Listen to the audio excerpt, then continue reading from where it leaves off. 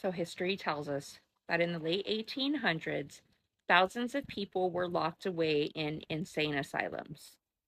One of the most infamous was the Women's Lunatic Asylum on Blackwell's Island in New York.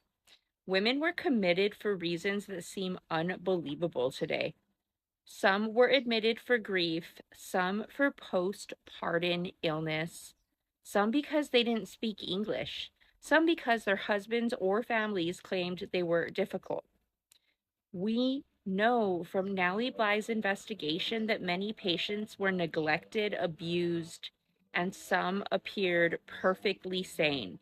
But here's the question that keeps me digging. What if there was another reason?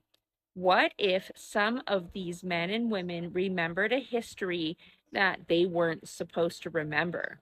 What if they remembered Christ's millennial reign?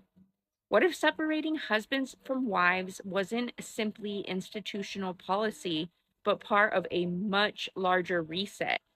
Here's where my theory takes another turn. Only a few decades later came the orphan trains. Between the 1850s all the way to 1929, an estimated 200,000 children were sent from cities like New York to homes all across America. History says it was to rescue abandoned children from poverty. But I can't help asking, where did so many children come from?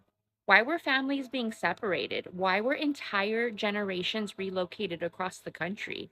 If the goal was to erase a civilization, wouldn't the easiest way be to separate the families, raise children with a completely different version of history, and ensure the old world was forgotten within a single generation? I'm not claiming this is proven history. I'm sharing the questions that have led me deeper into my research. Go read about Blackwell's Island, study the orphan trains, read the census records, then ask yourself, what if history isn't missing? What if it was replaced?